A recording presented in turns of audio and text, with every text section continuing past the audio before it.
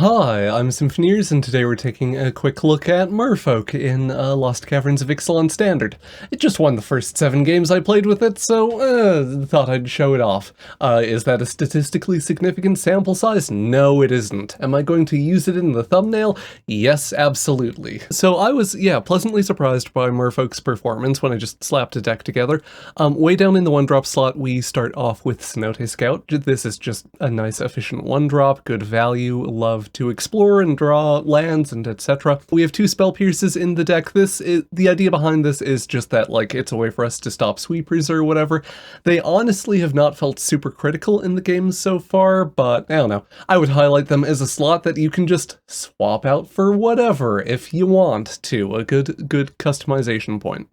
We are running a full playset of Malamet Battle Glyphs. This is just a nice, efficient fight spell. Pretty often we are able to just plop down a big, preferably overstated Merfolk in the form of, like, Sentinel of the Nameless City or something, fight something with it, and then, it gets the counter, and so on, and feels good. We have 2 Deep-Root Pilgrimages in this list. It's not a super critical part of the game plan, but producing extra 1/1s is nice, especially for Vodalian Hexcatcher. Hexcatcher is one of the best lords in Magic. It's so good and is a big reason why I wanted to play with this list. You can just feed some Merfolk into the wood chipper and, counter spells and things, and it's great. It is a big reason why the Spell Pierces have felt a little bit superfluous, because if you can, like, chuck some of the 1/1 tokens into the Hexcatcher's counter thing and stop, like, whatever big critical thing is about to, ruin your day, you're feeling pretty good about it. Like, it just does so much. It's very cool and good. We're playing 4 River Herald Scouts just as another efficient explorer. That's kind of been the one of the kind of backbone performer things in this deck, of just like, hey, everything's really efficient and explores and can draw lands and stuff, so that's nice. We're running a full playset of Deep-Root Wayfinders just as a way to ramp up and stuff. Not a lot to say about them. They can surveil, chuck things in the graveyard, fix the top of your deck, so you can do, like, explorers post-combat with the Sentinel map tokens or whatever, and you can kind of get fancy with stuff. Since I just mentioned it, Sentinel of the Nameless City. This is just a way for us to repeat explore, to just kind of adjust the sizing of our Merfolks too, and, like, help generate kind of good attacks with the explore from the map tokens.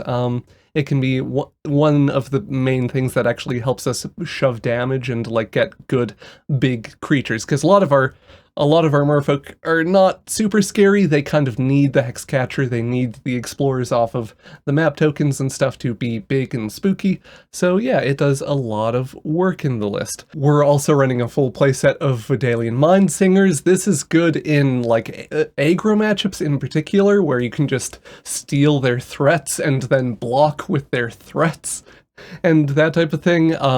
It is a big problem for aggro decks when, I don't know, they're Helena and Elena or whatever, their Godric gets stolen. It can do some good work. We don't do the red splash mostly because I didn't feel it was super worth it, and we are also running a full playset of Tishana's Tidebinders. This is so mean in a very good, similar to the Hexcatcher type of way, of just like, wow, cool, Kaya Inexorable or Undying or whatever the big hexproof planeswalker is called. I bet a lot of decks have, trouble dealing with it. Shame it uses the stack. Oh wow, cool Millennium Calendar. Shame it uses the stack, etc. Like, this can just stop almost anything that ails you.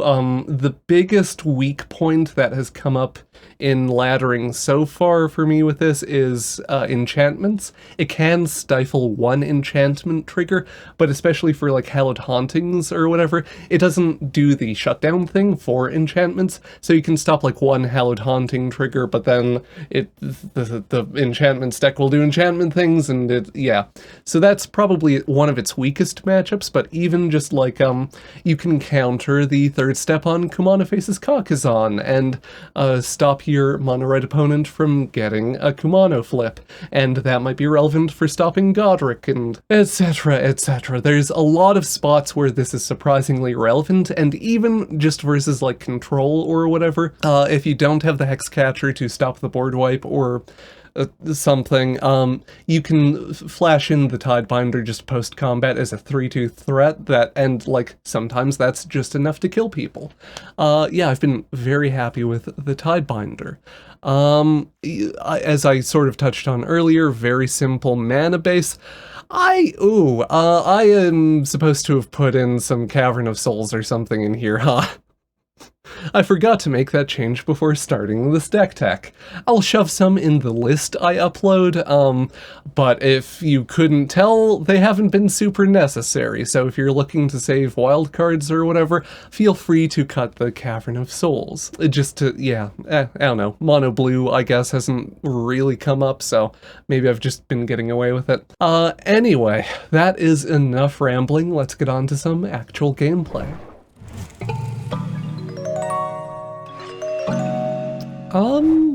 I will take this hand. It's a little bit sketchy. It's bad into control in particular, or like we don't have a lot of play into control. And we of course don't have green mana, but we do have the River Herald Scout on 2. So I'm hoping that that can do some work. And or that we're versus like mono red or something, and that we can just coast off of Mindsingers stealing some junk. This is a risky keep. Like, it's not an ideal hand by any means, but I think it is kind of good enough or interesting enough that I'm down to give it a shot. We do get a green source, so that's nice. We also explore into a blue source, or versus red-green, so like dinos or something maybe. Bramble Familiar. Worth noting that the Mindsinger is power less than Mindsinger's power, so that can be a bit awkward. Yeah, we would love a Hexcatcher for making the Mindsingers big. Would have liked to have been able to interact with the Bramble Familiar. Fight rigging, okay. I mean, not ideal, but also not a problem quite yet. So we'll see how things go. There is a very slight Nombo in the deck. Ooh, lovely. Okay. Sorry, just thinking. We can't actually fight the way I want to with this. So I think the thing I'll just do is Deeproot Pilgrimage. We'll fight like this to get the Bramble Familiar off the field, get rid of a fight rigging target, kind of whatever, like we do this. Sure, they float mana to assert dominance. We will explore with this map token. We hit a land off the Explorer, alright.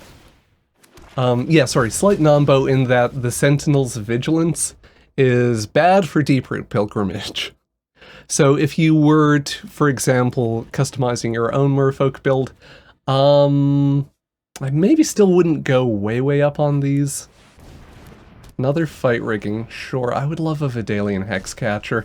It can counter a lot of fight rigging hits, or like, it can solve some problems for us. Potential problems, anyway. Yeah, I'm not 100% sure what we want to do here. Do another Explorer, okay. Definitely concerned, that they might just have a huge thing that enables fight rigging and we get run over. But I'm hoping we can fade that for a turn or two.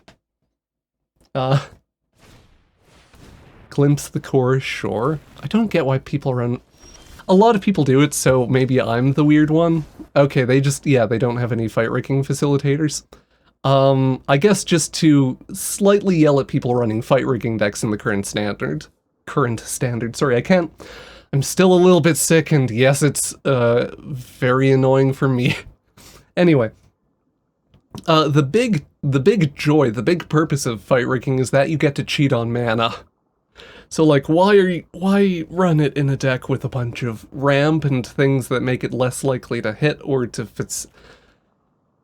A ton of people seem to do it, so like maybe these decks work better than I think they do, but imagine if our opponent just has like a thing that is a direct fight rigging synergy piece instead of the ramp, and then they can cheat their Italy or whatever into play that one turn where they did get to place fight rigging counters, and or if the Glimpse the Core was a Hammer Skull or something. And yeah, not to bully this person too hard. Anyway, good games to the opponent. I'll take this hand. Yeah, very reasonable. We will do the green source on 1 so we can get the Cenote Scout out. Cenote? Brain, whatever. Mindsinger is fine. It's good with the Hexcatcher in particular, or like anything. I guess the Hexcatchers are the only thing that buff it properly. Oh no. Or like, ugh. Okay. Well, the weak matchup I mentioned in the deck tech. We can go in for a bit of damage and like spell pierce an enchantment or something. Another green source. So no like Jukai Naturalist or whatever. I probably spell pierce an Audacity if they are playing like more green oriented or more beatdown oriented a build of enchantments. I'm definitely just vamping because they're taking a minute. I don't know what their hand is. This is not the correct play. Ever. Just full stop. Yeah.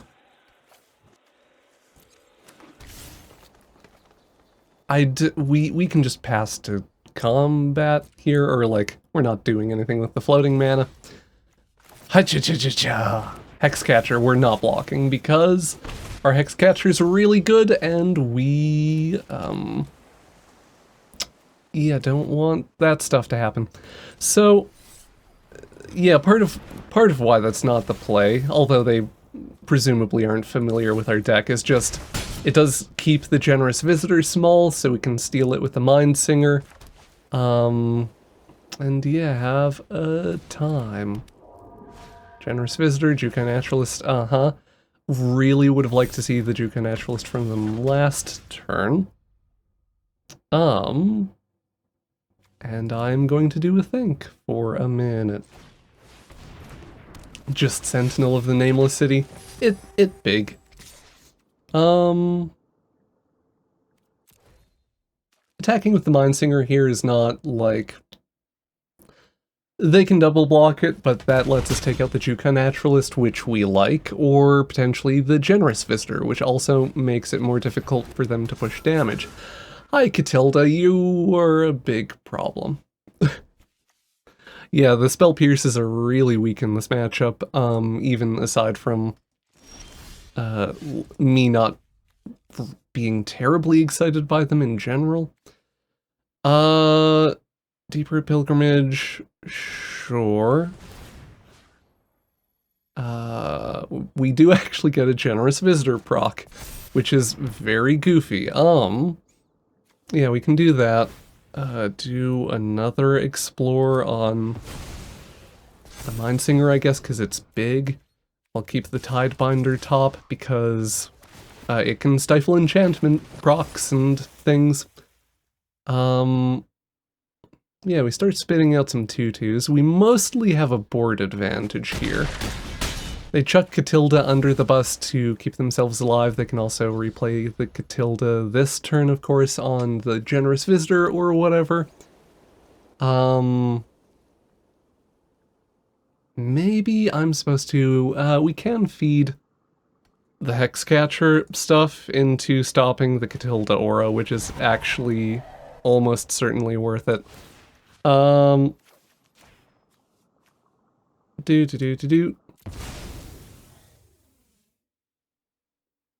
they can... we have to feed a lot into this, or like, I maybe should have held up a Spell Pierce.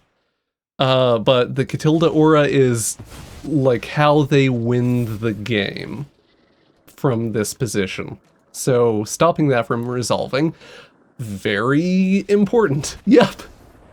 It was how they won the game from that position, and they no longer have it, so they scoop. Yeah, we got to do Merfolk things. So yeah, even though our hand or our draws were very odd or like awkward for the matchup, we are able to just use the Hexcatcher to stop their one silver bullet, or like their really good powerful card that game. I still am confused by the Boseiju thing. I'm not going to dwell on it. Good games to the opponent. Mana is slow, which I don't like, but we are on the play, and there are two lords in this hand. The two Hexcatchers, and having multiples of these is pretty cool and good. So, you know, I'm into it. Okay, get the River Herald Scout down. Deeproot Pilgrimage. Huh. Yes, I think. If we're versus control, having something to spit out the little bonus merfolks for the Hexcatcher or whatever, pretty fine. Soul partitioning there is quite strange, but okay. I'm playing out the non-Hexcatchers first because Lords tend to be better when they have actual merfolks, or like other creatures to lord over. I don't know if we keep the Mindsinger here. I think we can. I think we're not excited about playing it for at least 2 turns. So even though it's not dead in this matchup, like I don't actually know if they're on Esper Legends or whatever, and it could steal a Ravine or something, and that's pretty appealing. Even though it's live in the matchup, I think we're just more excited about like Flash and Hexcatcher, hold up Spell Pierce, that type of play pattern.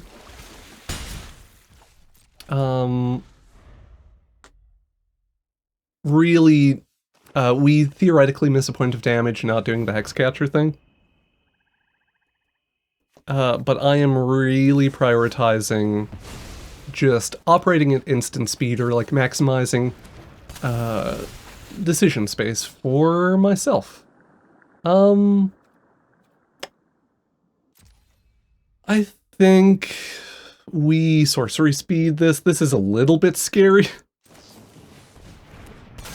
But I think pushing damage, or like going all out just this once, is a little bit more worthwhile there, here, because we have a very scary board right now, and they might have Sunfall or something, or a temporary lockdown. Temporary lockdown's annoying. Okay. We would like this to not do stuff. The Hexcatcher ability never feels good to use, especially when you have multiple lords and like, oh no, I'm throwing away 3/3s and stuff. Ah, pain. But it is very often correct to use, because we get to keep our lords, we get to spit out more 1/1s or whatever. I would actually really like to explore into... it's a tapped source. Ugh. Okay. Yeah, we get to explore into more stuff.